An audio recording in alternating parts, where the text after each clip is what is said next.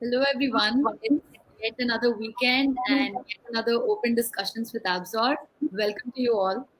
Absor, to quickly introduce us, is a complete product intelligence platform that is helping leading apps improve their product KPIs. It combines advanced analytics and contextual behavioral cues to solve your product problems effortlessly. Today's webinar is all about building apps for Bharat. And I'm really excited to announce our guest. As you can see him right here, Mr. Abhilash Inumella. Hi, Abhilash. Hi Akila, how are you? Great. So, for everybody here, I know you must be knowing Abhilash. He's a very big name for us in the Hyderabad startup community and in the product world also. But let me quickly introduce him. Abhilash has been building brilliant products over the course of the last decade. He's a serial entrepreneur whose mobile app Samosa reached the hard to crack tier 2 and tier 3 cities in India. It's on impressive app adoption and retention rates, secured a 7 million of funding round from Sequoia and Xiaomi, and was later sold. And now he's working on more product problems. Abhilash is also a triple IT alumnus from Hyderabad and comes with an impressive experience of working at the likes of Facebook and Google. And at the former, he even developed a time-saving API that was even featured in the news, which I've read, and that's very impressive. And his varied product experience makes him the ideal product guru. So I'm very excited to get started on this open discussion with you, Abhilash. Thank you for coming in. Oh no, thanks for the kind introduction. Sure. We are very excited. We have a lot of product questions, especially because this is about Bharat, the unexplored but very very intriguing demographic in our country, right? So we want to know what you have to say here. Sure, let's get the fun started. Perfect, perfect. That's exactly the response I was looking for. So yeah, I think it's time. Let's begin. I can see that the audience is pouring in already, and let me start off with a quick poll. Hi, audience. Hi again to everyone that just joined. Take a quick look at a poll that we have here for you before we quickly begin. All right. So let me start with a quick introductory question. You as I just introduced, you've had a very interesting and inspiring journey from Triple IT. Your background, a sports background for you as well, and then working at Facebook, Samosa, that whole experience. Can you give me some quick, remarkable experiences that you've had along the way? Um, Look, I think a lot of my worldview around product was shaped while I was working at Facebook. Hmm. I joined Facebook pre-IPO. There was a lot of action going on, and what I saw at Facebook was a lot of engineering and product-driven growth. Hmm. So a lot of investment was going into making the product better, making the product more performant, improving the flows, a whole bunch of things.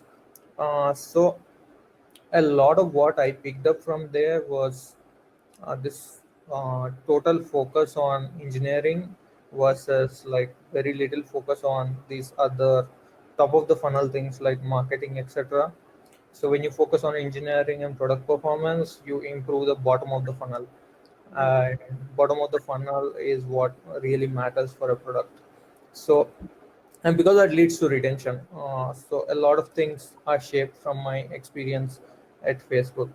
So similar learnings I had applied at Samosa. So a lot of our growth was engineering driven.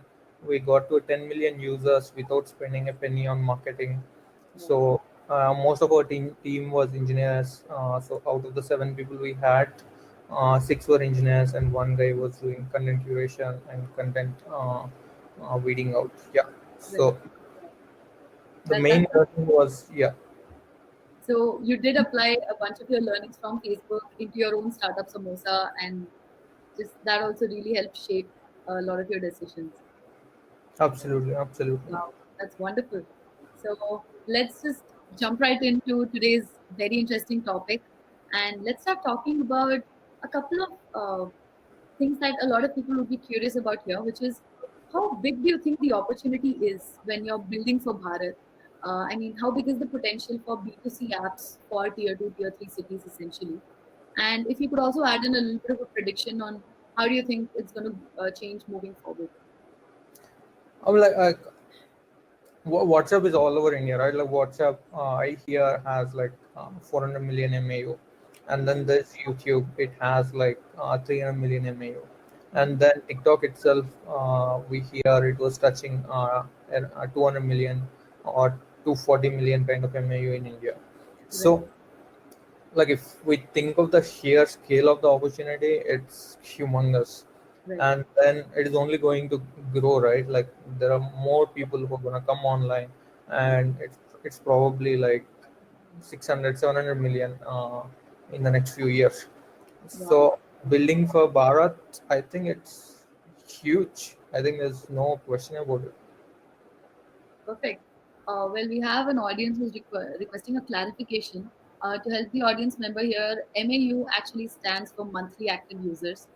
So I hope that cleared it for you. And that's actually a great idea to think about, thinking how big the sheer scale, as you just said, of audience that is in Bharat today, right? So now let's talk about uh, the short video space in particular, which is very interesting, especially in that demographic. There were many apps here in that short video space, like say Dub Smash, Share Chat, and so many more. But what do you think sets TikTok apart, considering the wild success that it had in this demographic also? Look, I think like to talk about TikTok, we have to talk about our culture. Mhm. What I mean by that is like when like early TikTok, the earlier version of TikTok called Musically, it was already there even before TikTok was there. But Right. it was at a 1 million, 1.5 million, 2 million kind of daily active user base. It actually picked up steam only after Geo happened, and Mhm. after Geo happened, they also did a lot of things. So now, what gives growth for a product like that is to be the epicenter of culture Right. all the time. So, Right. I'll give you an example of that. So, at one point of time, there was a huge backlash on guys doing TikTok videos on Instagram. Okay. So they were casted as like imbecile, impotent, and all sorts of things on Instagram, and they were constantly memes around it. Okay. Mm-hmm. Now there was that whole backlash around doing videos on TikTok, and then if you look at 6 months down the line, Right. you see a completely different picture. Like Right. all the guys are actually on TikTok, and they're also doing videos on TikTok Right. because a lot of movie directors are going to hire from TikTok. Mm-hmm. So the perception and what is a norm has totally changed, Wow. Okay. and they consistently did this in every culture, every subculture of the country, and they did it not only through content but by way of their algorithm. Okay. Could you explain that a little bit? The TikTok algorithm that makes stuff go. So think of it, right? Like here we are exploiting some sort of a gender politics, right?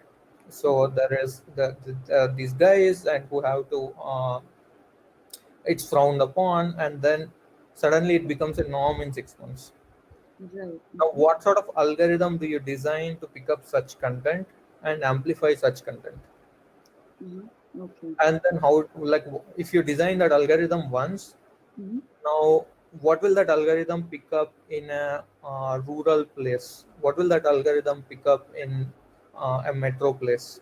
Right. Like, uh, like think of politicians, right?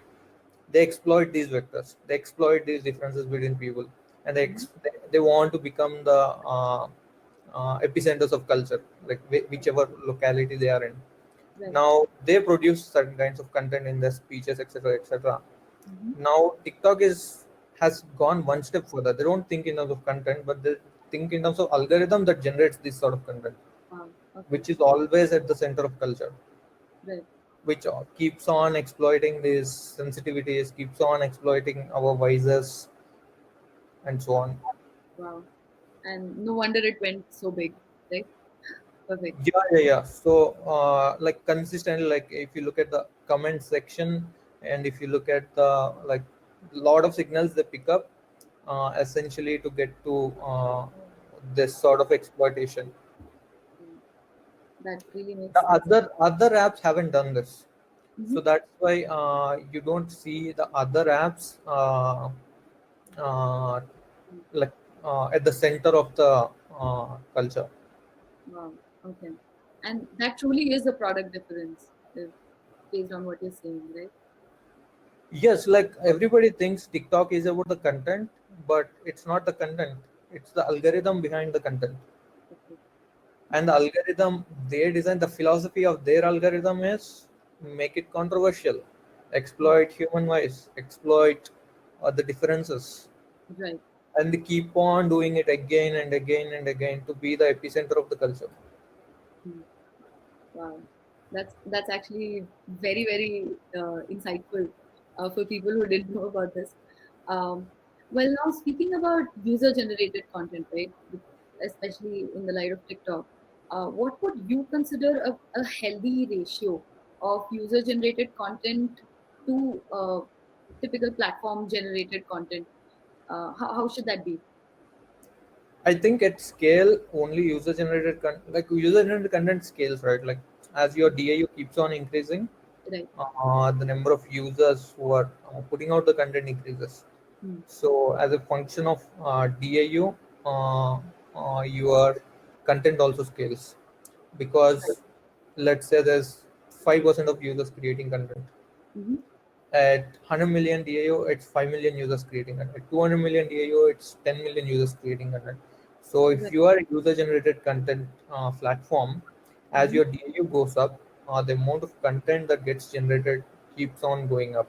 So, that becomes a moat in itself. Now, Right. whereas if you have platform generated content at Mm-hmm. 50 million DAU, it's the same number of people that you employ that are generating content. At 60 million DAU, it's the same number of people that you employ that are generating content. At Right. 100 million DAU, it's the same number of people again and again. So you will hit a peak in terms of content diversity. You will Right. not be able to span all cultures, all subcultures. So you Right. won't be able to scale unless you have user generated content. It will Wow. hit a peak at some point or the other That makes sense. And unless you hire like uh, a team which is like 30,000 or 40,000 people mhm, who go after like every district. You have people to identify culture in every district, mhm, right. and if you can do that sort of operations, then I think it's possible, but otherwise it's impossible. Wow, that's great. And also, audience, please, keep dropping in your questions. We'll take them as and when we can. Towards the end of the session, we are totally gonna take all of the audience questions that are here. So please keep dropping them. So, Abhilash, as you just said, there's this whole user generated content scales while users scale and while the app scales, which is true. But in the initial days of any app, the generated content will be low. So what are some tips to fix that and get your user generated content up? Look, I think it starts anywhere from 0.5% all Mhm. the way up to like 5% or even 8% in some cases. Mhm. So I think initially, if you have like good tooling to just even let users upload content, Mhm. that itself will get to zero point 0.5 to 1% of the DAU, 0.5 to 0.8% of the DAU putting up content. And Right. if you also have very good tools on top of it, that will bump it even further, like camera tools, music tools, Mhm. filters, Mhm. beautification tools, and so on. And then like to really go past like 1 2%, you have to become epicenter of culture. You have to have like the most important things of that village, like Right. whatever are the clashes happening in that village in their culture, that should be more. Yeah. And whatever is the war that is happening in their culture, Mhm. that content should. So there's going to be a little bit of issue at Abhilash's end. He's going to reconnect. Yes. Abhilash, you seem to have quickly dipped in and out. What happened with him? Uh, Audience, just please wait a moment. There seemed to be a technical difficulty here. Abhilash is trying to join again. And please do keep adding in your questions. And you can quickly jump to the poll section or even take a look at handouts to quickly find interesting polls. And at handouts, we have a very exclusive handout made only for the attendees of this webinar that talks about a very detailed case study of samosa, what exactly worked for them. So do take a look at the handout section as well.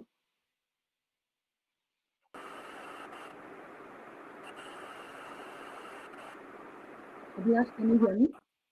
Yeah, I can hear. I think there's some network issue. That's fine, but we can see you now. So looks like you're back. Yeah, yeah. Perfect.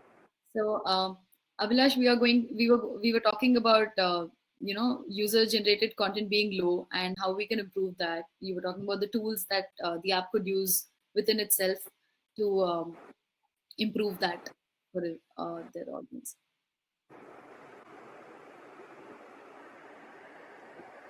Abhilash, can you hear me?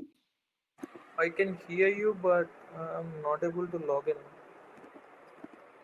We can see you, so I think it would be okay to just continue like this because Okay, we can see you, we can hear you, everything seems fine. cool. I'm not able to see myself. Oh, well, I will assure you if something's wrong. Okay, cool. Great. So, Abhilash, those were actually pretty good insights about UGC and how that can be improved.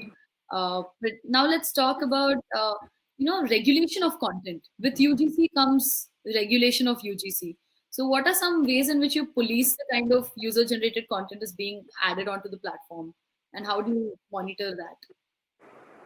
I mean, like this is like really important thing, right? Like for example, there was like heinous crime that was committed, and somebody took a video of it, Hmm. and that content was circulating on WhatsApp, Okay. and one user uploaded on our short video app, Okay. and then the content got the logo of our app, and then it started circulating again on WhatsApp, Right. and then an NGO noticed it. Right. They went ahead and complained to cyber police that we are helping in circulation of content around heinous crime, Mhm. and the police came to our office and actually took us to the station. Oh, So it's crazy. I think when you are a short video app, you have to be responsible, right? Like in a physical world, you have police who put some checks and balances to ensure that there is safety. But in an online platform, the platform itself has to take some responsibility to put safety measures and to put content weeding out measures. right. And in our case, whatever content is uploaded, it goes through a review, and if it slips our review, if whenever users upload a piece of content, we immediately take it down. And there are also some automated systems that detect pornography, hate speech, and content like that. So Mhm. it's extremely, extremely important to uh, like take care of like policing this app itself, because it is also like a mini society, right? Sure. Like every gated community also has like a security guard, Right. and you are like bigger than many, many, many cities, and if you don't have some safety security measures in place, I think not just for the data of the users, but also in terms of the content itself that is flowing, it is yeah, Wow. it could, like, I'll give you one more example, right? There is a village in Tamil Nadu Uh-huh.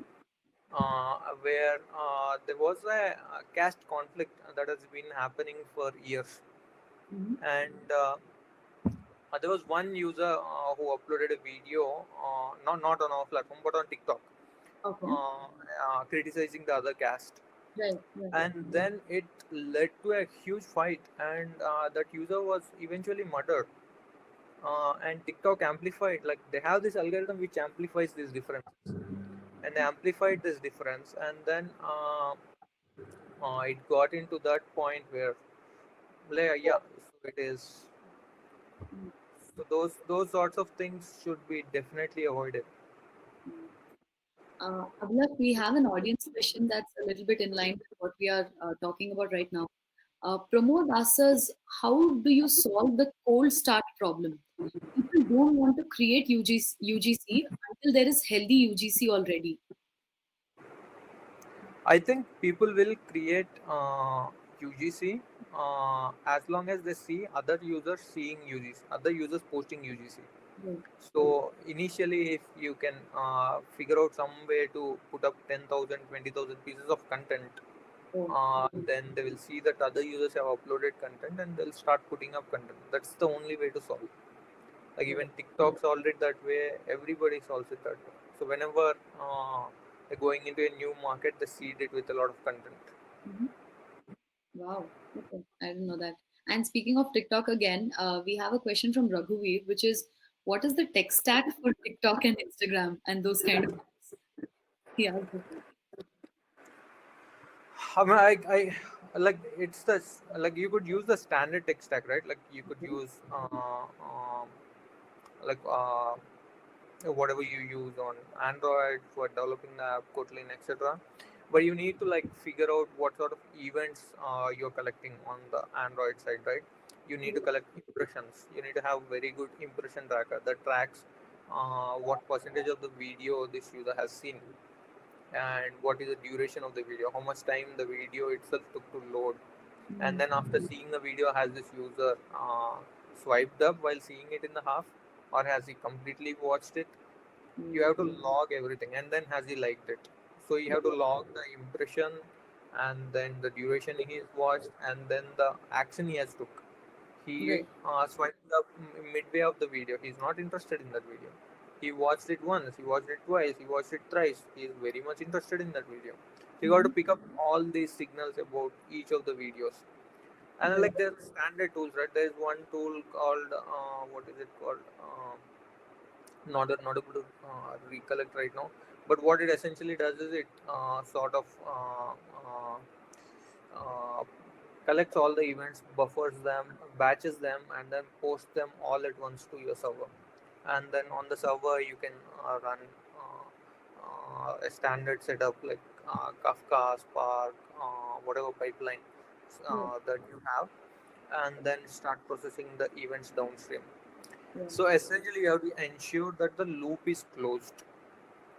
You have to build a closed loop system. So you have to collect all these impressions, interactions on the client, and then send it back to your server, and that has to inform again how your feed is generated.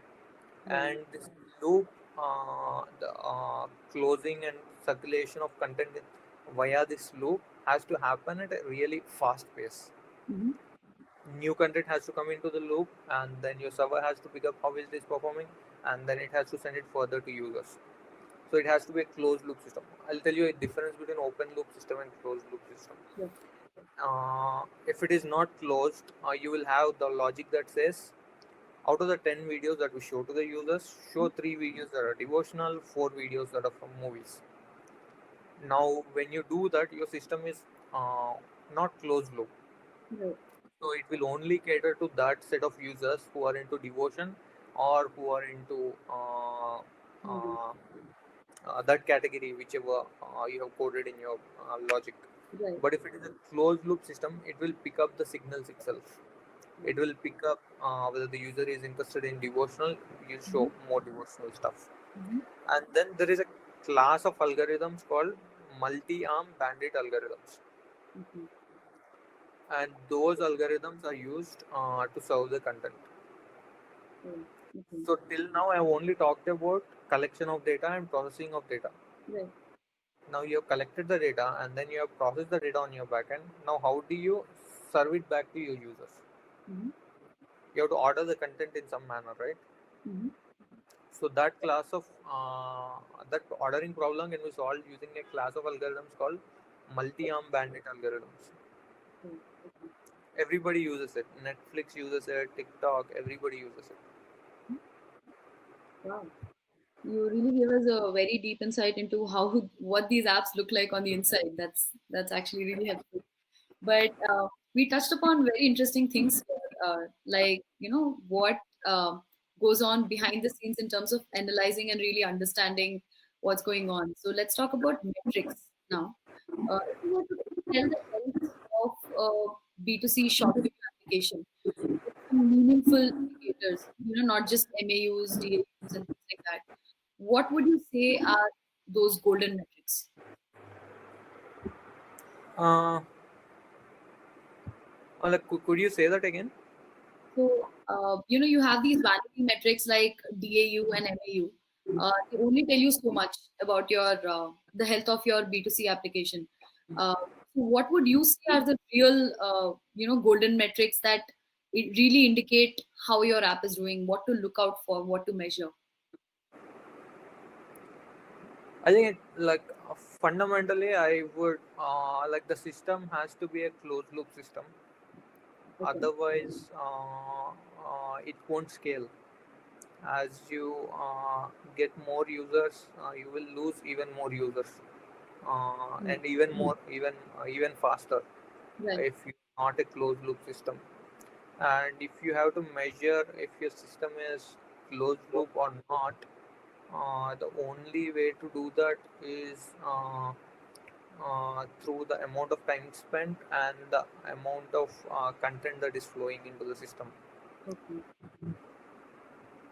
So, So there are like very detailed metrics that Netflix has put out on this. mhm. One can definitely look them up Oh, if they really want to go into it. I'm like I can go slightly deep, but I think it's only makes sense if everybody also wants. sure. I mean, we do want to hear it. I want to hear your perspective of what did you track day in, day out? What to you is that indicator that you were actively working on? Some Yeah, that you like never the missed. yeah. So the essential indicator is like in all of these algorithms, 90% of it is data collection. Mhm. Okay, only 10% is the algorithm itself. Like fundamentally, checkpoint one is, are you collecting all the signals from the client? Mhm. Are you tracking all the impressions? Are you tracking all the impressions, interactions from the client? That is checkpoint one. Okay. And then checkpoint two, have you put up a system on your backend to process this data? And then checkpoint three, have you designed an algorithm that runs on top of this data Mhm. to serve a feed to your users? Right. That's checkpoint three. And checkpoint four, what is the time spent by the user given an algorithm? Okay. And then basically have to start doing like these are like three things, right?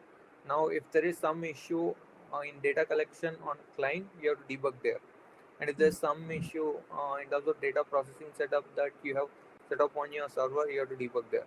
And if there's some issue in your algorithm, you can A/B test it. Right. Right. You can A/B test the algorithm. You'll have algorithm A, algorithm B, and then Mhm. algorithm A generates one sort of feed. You'll check the time spent or whichever metric you are optimizing for, and then algorithm B against algorithm B again time spent. But if your algorithm is like you have to be like you should not debug your algorithm when your data collection is wrong. So if you're not tracking impressions, like I'll tell you very simple example, right? Mhm. There could be if you're not tracking impressions, Okay. you will run into very serious problems. So what I mean by impressions is there is a video which is getting a lot of likes. The Mhm. metric you could have is number of likes by total number of impressions. Right. But if you just optimize for likes, it's possible that the video has gotten 10 likes out of 1,000 impressions. And there is another video which has gotten 8 likes, but it has only gotten 8 likes from 50 impressions. So out Right. of these two videos, the one which has 8 likes from 50 impressions is performing better than the one with 10 likes with 1000 impressions. Right. Now, no matter what you do in your algorithm, it's not going to help unless you figure out the tracking on your client. Okay. Mm. So that like all these pieces have to be uh, tracked independently and debugged where the problem is. Right. Right. So if you Right. keep on debugging your algorithm without collecting the impressions data, nothing is going to happen. Right. I think those are some good things to keep in mind when you're looking to improve the app, collecting the right data, and then using it the right way, right? So, Absolutely, absolutely. wow. Okay. So now let's talk about virality and growth, which ties into using it the right way. What would you say are some key ingredients to achieve virality in this demographic? I want to also understand how you built that growth engine for Samosa. Look, in case of Samosa, the growth engine was very simple. There was uh, content, and we used to sort the content based on shares to impressions ratio. And if the content has very high shares to impressions ratio, it used to show up at the top. And when it shows up at the top, users used to share it with their friends Mm-hmm. and like on WhatsApp basically. And on WhatsApp, they used to share it as WhatsApp status message, and their friends used to see our video with our logo, Right. and then they used to go download our app, and this is how we got like 10 million users. Yeah. So simple content sharing. Right. Share a video as WhatsApp status. You their friends get to see the WhatsApp status with our logo. They Right. would go download our app. Okay. So And this is one way to do it. okay. Now the way TikTok does is slightly different. They go for controversial content, Yes. Yes. Mm-hmm. and the kind of content they amplify will be like I have seen a video which was talking about Lord Shiva being important on TikTok. Mm-hmm. Like, who would say stuff like that? I don't think there's any Indian company which would dare to say stuff like that. Mm-hmm. But these guys have content like that, and they actively promote it. And Right. who knows? They might even show ads about it. Right. So this is the kind of content that TikTok algorithm is optimized to pick up Right. and amplify even further. Right. And yeah, so different products have different sort of strategies, but essentially content sharing is at the core. Wow. So that's your recipe for samosas retention and virality combo. Well, audience, we have a quick poll for you about retention and virality. You can quickly take a look at that. And Abhilash, let's move ahead. Could you also tell, you mean you ran so many experiments in achieving this. So could you share if there was any experiment that gave you disproportionate results? Any interesting anecdote there? So the only thing that changed the trajectory of our company was the changes to algorithm. Mm-hmm. Nothing else worked. Mm-hmm. So whenever like think about it, right? Users are coming to the app, short video app, and they're spending most of the time browsing through the feed. Right. And what governs the feed? Mm. What governs the feed is the algorithm behind it. Absolutely. And any changes you do to the algorithm will have impact on all of your users. Right. Right. So the only gains we had were primarily uh, due to the changes to the algorithm we have made. Right. But would you say there were some tweaks that you made that you quickly realized were not working? Anything you want to share from stuff that I think it's a lot of experimentation, right? It's not like a silver bullet kind of thing. It's more of a uh, what should I say? A/B testing, optimization. right? Every like you do one version of the algorithm, compare it with Right. against another, check the metrics, and then again repeat again another version of the algorithm. But then, like I said, you have to be aware of these sorts of things. Is it a data collection issue or is it an algorithm issue? Okay. Thank you for iterating that for us, actually. Yeah, data collection and then data pipeline Mm-hmm. and then data processing. Great. All right. I think this is something worth noting for all our audience members here. Um, well, Abhilash, now let's jump into some core product questions, some stuff that we did touch briefly upon earlier as well. We're talking about the home feed. So, could you elaborate that a little bit for us? What did you do to improve the app's home feed? Actually, what does it look like? Uh, Look, there are like certain basic things, right? Like for example, initially we were doing some horizontal videos, Mhm. then we switched to vertical videos. That sort of improved the engagement, Okay. Mhm. and then we like on Android itself, we tried to load the videos, prefetch the videos, cache the videos, Right. so that user doesn't see the lag. Right. That improved the time spent a little, and then we did a whole bunch of things on backend itself around impressions, interaction tracking. Mhm. That again improved the time spent. Mhm. So there are a whole bunch of small things like this which improve the user retention. Right. So, another question about the home feed here is what, according to you, is the ideal home feed? What does it look like to you to hold a user's attention? How do you ensure that? I think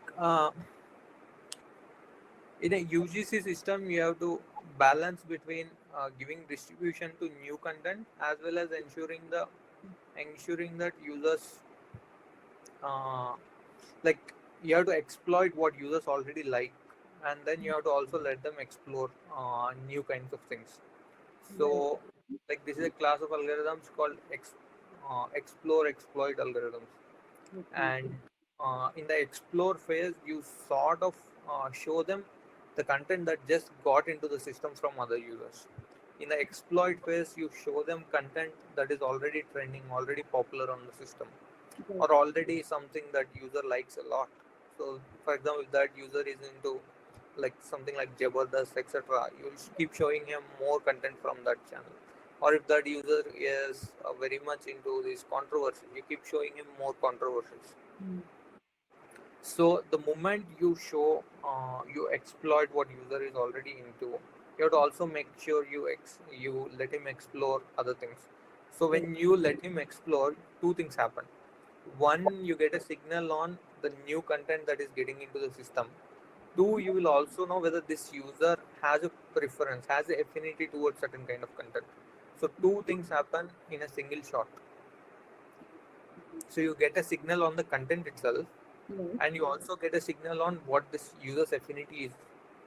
So this is the key to home feed, any home feed. Okay. Okay. Wow. Actually, thank you for breaking it down like that. We have a quick poll on home feed optimization as well. We would love for the audience members to check it out. And also, did you take a look at our handouts that we have here? I think you should. It's very exclusive to our attendees, and it's about Samosa's growth. So you would really love that as well. And do take a look at a couple more tips on improving the home feed as well. So, Abhilash, let's keep moving forward. Something again we just touched upon was impressions, right? Collecting the right data. We have an audience member asking that too. The audience member asks how to measure impression. But let me elaborate a little more in my question. Can you first tell me what is the healthy ratio between impressions, likes, shares, comments, favorites, all of those? How you measure and track them, and uh, what is important actually?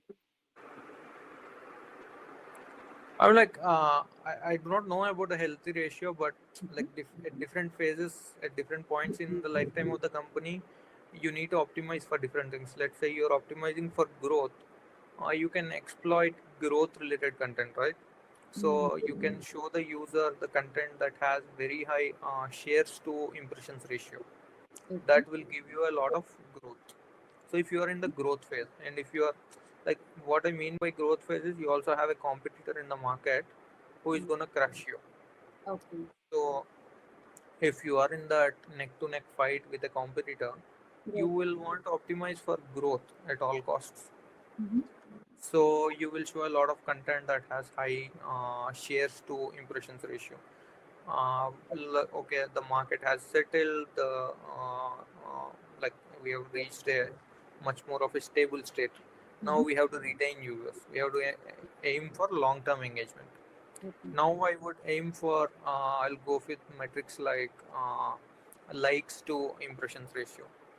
So Mhm. if a lot of users are liking it, it means the content has content that has high likes to impressions ratio will be very different from content that has high shares to impressions ratio. Good. So if you optimize for likes, you will sort of tend towards a different kind of community oriented product.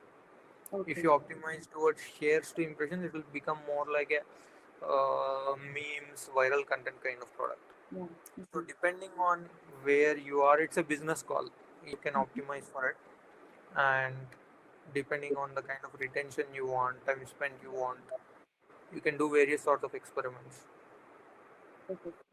So we have an audience member asking us how to measure impressions, and I think that is good for anything like this. Touch upon that a little bit.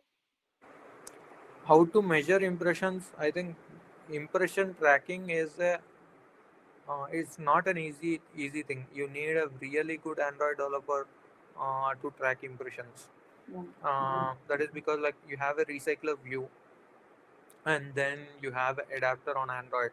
Now the adapter itself could mean data changes, and then the user, like if the data is changed, you have to log the impression for the changed data item. So you have to catch the events that are coming from the adapter on data changes, and then you have to also catch the events that are coming from the user's scroll events themselves. User is quickly scrolling the feed. So what counts as an impression? Is it a 1 second? If the content is for 1 second in the viewport, you will count it as impression. Or if the content is in the viewport and then the first frame has loaded, then you will count it as impression. Or the first frame has loaded and the video started playing and then it started playing for 2 seconds, then I will count it as impression. So you have to take a call on what counts as impression for your product. Like I would say, if the first frame is loaded, you need to count it as impression. Mm-hmm. That gives a signal in terms of affinity towards spending more time or not.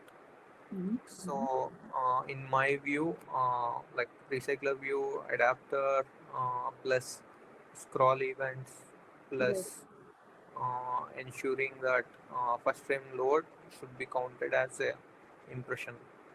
Oh, the tool name is Snowplow. It is a very Oh. good tool that aggregates that batches all the impression. So like the problem Snowplow solves is like if the user is scrolling through 100 videos, Mm-hmm. you have data around 100 impressions or Mm-hmm. potentially 100 impressions. Mm-hmm. Now, if you can't send this data to server 100 times because it puts a lot of load on server. So what you can do is you can use this tool called Snowplow and Mm-hmm. batch all of these 100 events into one request and send it. So there are a lot of tools like this available in the market Right. that can be used for batching uh, all of these together and posting it uh, to your own server or wherever you are tracking stuff.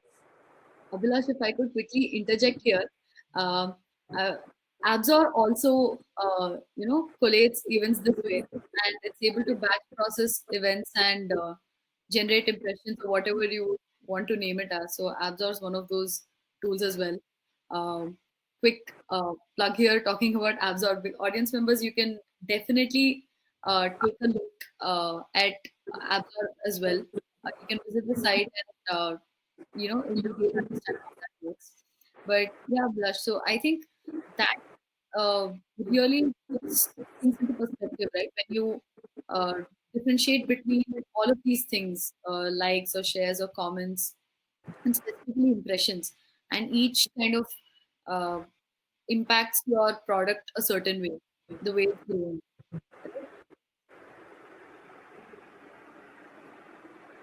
Abhilash, can you hear me? Yeah, I can hear you. Yeah.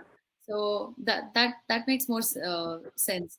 Uh, we have one other question also from our audience here. What is the right way of getting user feedback from this demographic? Okay. Considering content can depend a lot on different sentiments. Okay, that's actually a great question. Abhilash, I think your video has been turned off. Abhilash, can you hear me? Audience, it looks like Abhilash is facing some technical difficulties yet again. I think he's back, but do in the meantime check out the blog that we have out here. Yes, welcome, Abhilash. So I was saying we have a question from the audience. Abhilash, can you hear me? I hope. Yeah, yeah. Yeah. So we have an audience member asking us what is the right way for getting user feedback from this demographic, considering content can depend a lot on different sentiments.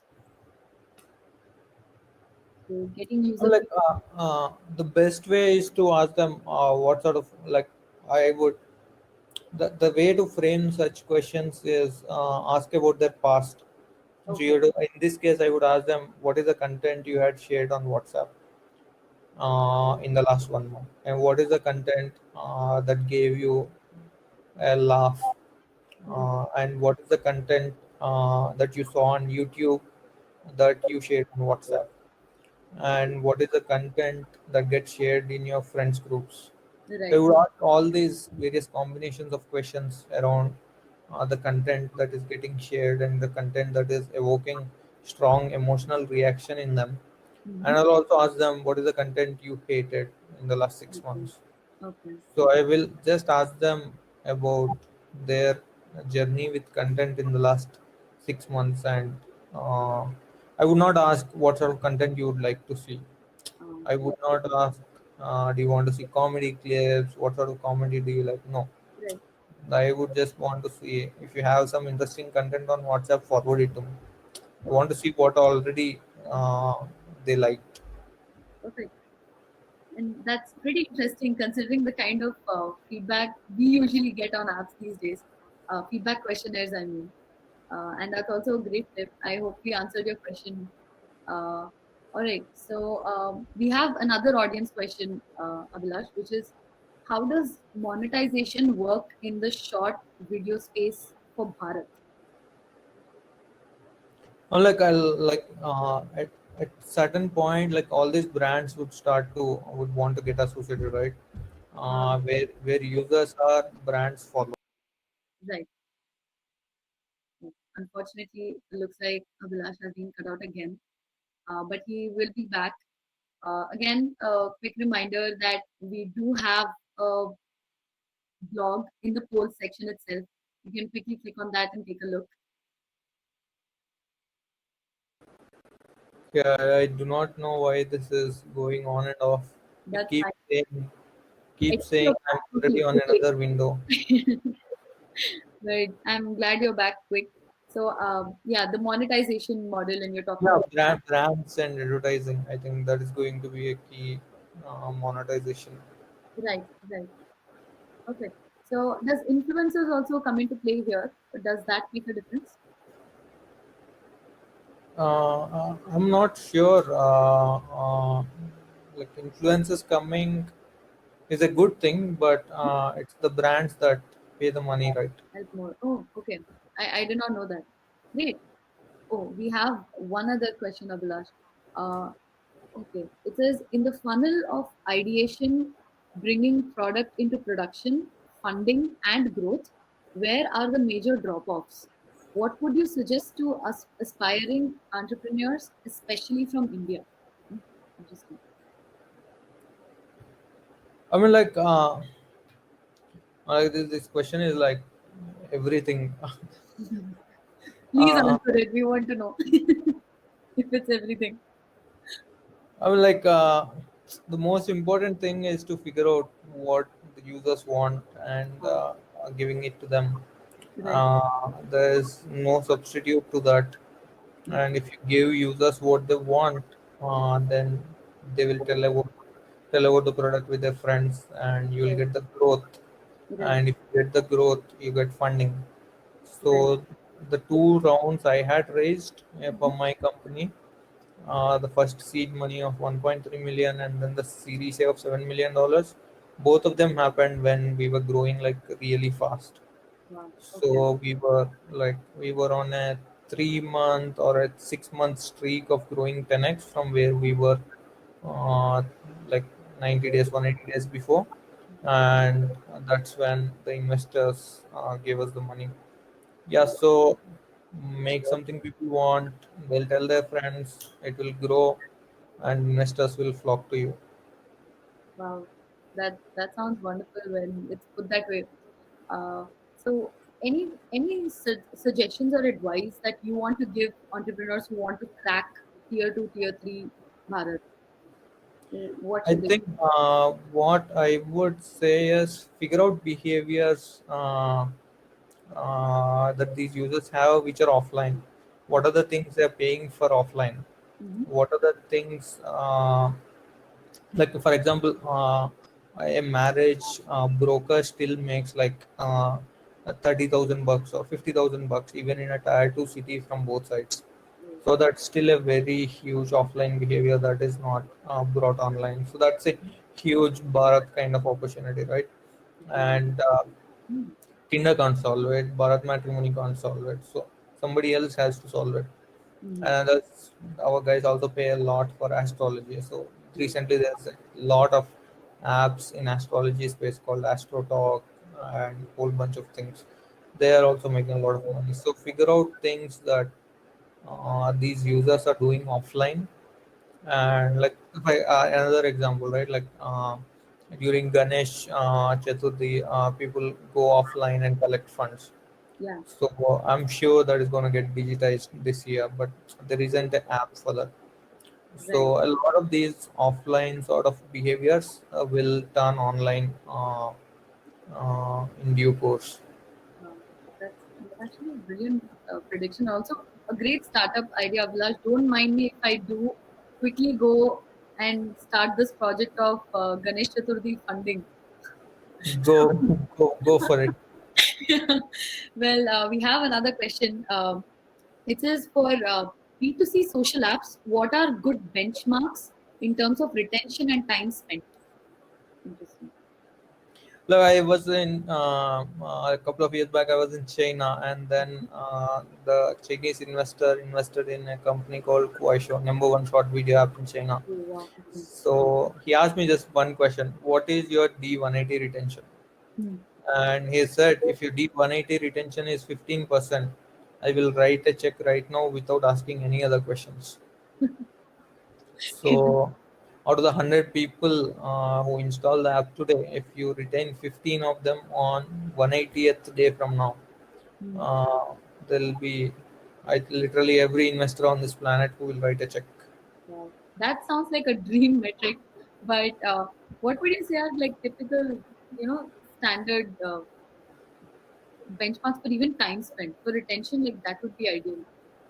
Uh, in uh, uh, in China, TikTok and Kuaishou are doing 1 hour and 1 hour 20-minute time spent average per day per user. Wow. Okay. In India, they were doing 30 to 45 minutes. Wow. Interesting. Oh, we have one more question from Kranti. The question is, Abhilash, as you mentioned, TikTok algorithms were designed to amplify content which was controversial. Do you believe that the big brands would associate with such products? FB is seeing few of the big brands pulling out, which would have impact on the brand value. Like absolutely right. Like big brands don't want to associate. Even Mm. government doesn't want to associate. Government has banned TikTok. Yes. Like who would want to associate with a brand that says Lord Shiva is important? Mm. I'm like, Good. who would say such stuff? Like I can't imagine any Indian company doing such stuff. Only TikTok could have pulled out stuff like this, crazy stuff. Right. And I think I think that sort of content brands would not want to associate, but then if they become like way too dominant and brands don't have a place to go, alternate place to go, Mhm. then they would have no choice but to go to TikTok. And TikTok was getting to that place where they were like getting way too dominant. Wow. But now everything probably changed for TikTok. Yeah, yeah, yeah, yeah, yeah. Great. Um, so, Abhilash, I want to ask you, audience, we have just a couple minutes left. If you have any questions, do put them in here. While Abhilash, I would like to ask you what it is that you're building right now. I see a lot of buzz on LinkedIn. Uh, the social space is about to be changed again by you. Please give us a little bit of information and the story. I'm right now focusing on a relationship well-being kind of app. Okay. So we have mental wellness apps, Uh-huh. and then we have physical wellness apps. Hmm. So I felt relationship wellness is also going to be huge, and that's the kind of product we are building. So we're focusing on that one relationship that is really important for us in our lives, and focusing on couples. And if we focus on couples and aim for building a product that is completely around helping them nurture the relationships and improve their relationship well-being, what would it look like? So this is the direction we are essentially taking. Wow. So it's like, yeah, we expect like this sort of a relationship well-being kind of space like really getting more and more important in the next few years, and that's the reason we are uh, doubling down on this. Interesting, interesting. So you were so big in the social space, and now you've really narrowed the focus down between interpersonal relationships, and now it's going to be a whole different ball game for you because of Uh, the contrast in the kind of products itself and the kind of audience that is even consuming the product. yes, yes, yes. Wow. We have two new questions, Abhilash. Navya asks, how to raise funds? How to approach the investors? Is there any platform? Great question. So I think you have to, if you're first time founder, it is actually really hard because you have to find a team, build a product, also convince users to use your product, and then get some traction. Right. Once you have traction numbers, then you'll have to go pitch it to a VC like Surge or Y Combinator. Uh-huh. So these are early stage funds. There are also angel investors on angel.co. Hmm. Angel.co, Y Combinator, Search, these are the places you want to apply. But essentially, if you're a first time founder raising funds, uh, people look for your team, the problem, and uh, where you are in terms of. Hmm. Perfect.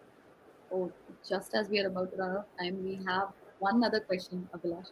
Uh, do you provide any specific strategies on collecting user specific information which can't be tracked inside the app?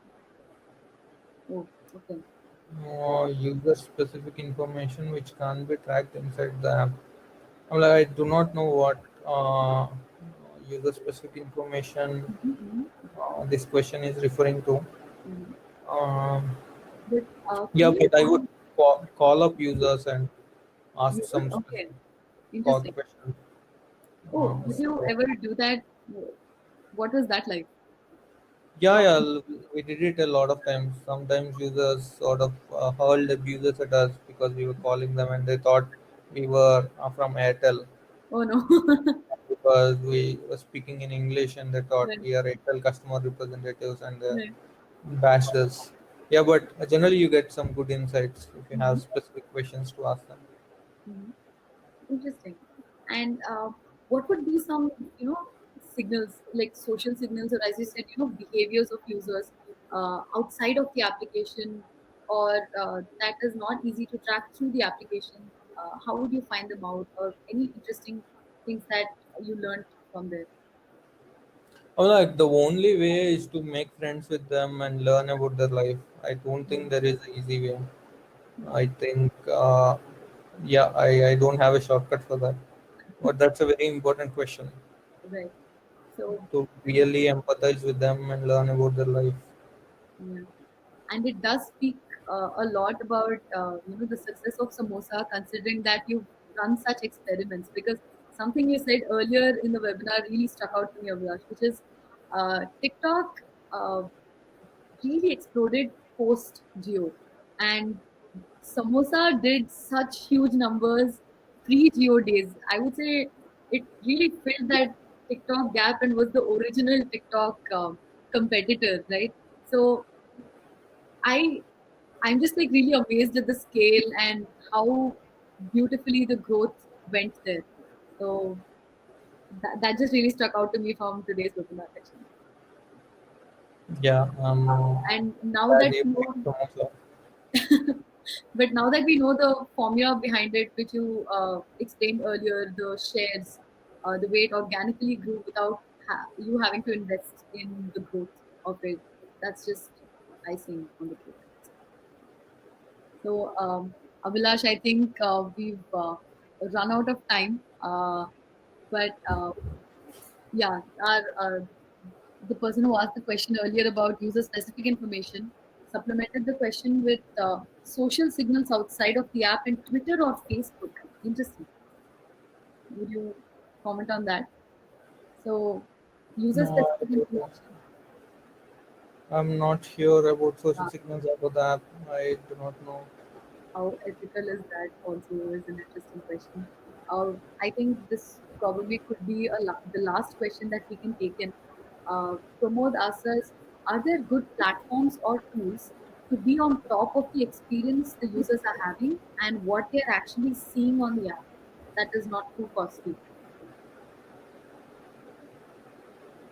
I do not know. I think this is something you Well, guys should answer. thank you. Maybe, Thank you for passing that question to me, Abhilash. Pramod, we would love to get in touch with you.